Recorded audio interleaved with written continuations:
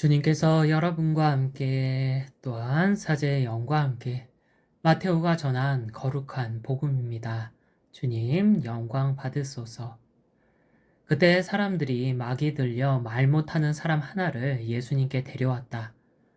마귀가 쫓겨나자 말 못하는 이가 말을 하였다. 그러자 군중은 놀라워하며 이런 이름 이스라엘에서 한 번도 본 적이 없다 하고 말하였다. 그러나 바리사이들은 저 사람은 마귀 우두머리의 힘을 빌려 마귀들을 쫓아낸다 하였다. 예수님께서는 모든 고을과 마을을 두루 다니시면서 회당에서 가르치시고 하늘나라의 복음을 선포하시며 병자와 허약한 이들을 모두 고쳐주셨다. 그분은 군중을 보시고 가엾은 마음이 드셨다. 그들이 목자 없는 양들처럼 시달리며 기가 꺾여 있었기 때문이다. 그래서 제자들에게 말씀하셨다. 수확할 것은 많은데 일꾼은 적다. 그러니 수확할 밭의 주인님께 일꾼들을 보내주십사고 청하여라. 주님의 말씀입니다. 그리스도님 찬미합니다. 전예수님, 저는 중학교 시절 집에서 작은 골방을 혼자 썼는데요. 당시엔 부모님을 포함한 누구에게도 제 방을 보여주고 싶지 않았습니다. 그래서 어머니께 청소도 알아서 할 테니 방에 들어오지 말라고 말씀드렸죠. 그리고는 항상 방문을 굳게 닫아놓고 살았습니다. 그런데 제가 방 청소를 알아서 잘 했을까요? 그럴 리가 없죠. 그래서 가끔 제가 실수로 방문을 열어놓으면 어머니께선 제 방을 보고 말씀하셨죠. 이게 사람 사는 방이냐, 돼지우리냐. 그리곤 이때다 싶어 저를 방에서 쫓아내고 방을 청소해 주셨습니다. 사실 어머니께서는 언제든 제 방문을 열어보실 수 있었습니다. 그런데 열어보지 않으셨죠. 왜냐하면 제가 싫어하는 걸 아니까요. 제가 보여주길 원하지 않으니 그런 제 의견을 존중해 굳이 보지 않으셨죠. 주님도 마찬가지가 아닐까 싶은데요. 내가 보여드리지 않으면 보실 수가 없거든요. 오늘 복음은 전합니다. 그분은 군중을 보시고 가엾은 마음이 드셨다. 히라버 성경은 단순히 가엾은 마음으로 번역했는데요. 히라버 원문을 그대로 직역하면 매우 강한 측은한 마음이라고 할 수 있습니다. 다시 말해 예수님께서는 군중을 보시고 몹시 가엾고 불쌍한 마음이 드셨던 거죠. 그렇다면 어떤 모습을 보고 몹시 가엾고 불쌍한 마음이 드셨을까요? 군중들이 영적으로 또 신체적 빈곤으로 시달리며 고통받는 모습이었습니다. 군중은 영적 빈곤으로 고통받아 누군가의 가르침을 간절히 바랬고요. 신체적 빈곤, 즉 질병으로 고통받아 누군가의 치유를 간절히 바랬거든요. 그래서 복음은 예수님께서 가엾은 마음이 든 이유를 다음과 같이 전합니다. 그들이 목자 없는 양들처럼 시달리며 기가 꺾여 있었기 때문이다. 아시다시피 목자의 역할은 양들을 푸른 풀밭으로 이끌어 배를 불리는 것입니다. 그런데 목자가 없으면 양들은 굶주림에 지칠 대로 지칠 수밖에 없죠. 예수님께서는 그들이 영적으로 또 신체적 빈곤으로 고통받는 모습을 보셨습니다. 고통받는 이들을 보시고 몹시 측은한 마음이 드셨죠. 그 마음으로 가만히 있을 수 없었습니다. 그래서 그들을 영적 빈곤에서 구하기 위해 회당에서 가르치시고 육체적 빈곤에서 구하기 위해 병자와 허약한 이들을 고쳐주셨습니다. 사실 가엾은 마음으로 번역된 히라버 원문은 오늘 복음을 포함해 총 4번 마테오 복음에 나옵니다. 그리고 그 4번 모두 예수님의 마음을 표현하기 위해 사용되었죠. 먼저 14장 14절에선 배를 타고 외딴 곳으로 물러간 당신을 따라온 군중을 보시고 드셨는데요. 복음은 전합니다. 많은 군중을 보시고 가엾은 마음이 드시어 그들 가운데 있는 병자들을 고쳐주셨다. 15장 32절에선 당신 가르침을 듣기 위해 사흘 동안이나 굶주린 군중을 보시고 드셨는데요. 복음은 전합니다. 저 군중이 가엾구나. 벌써 사흘 동안이나 내 곁에 머물렀는데 먹을 것이 없으니 말이다.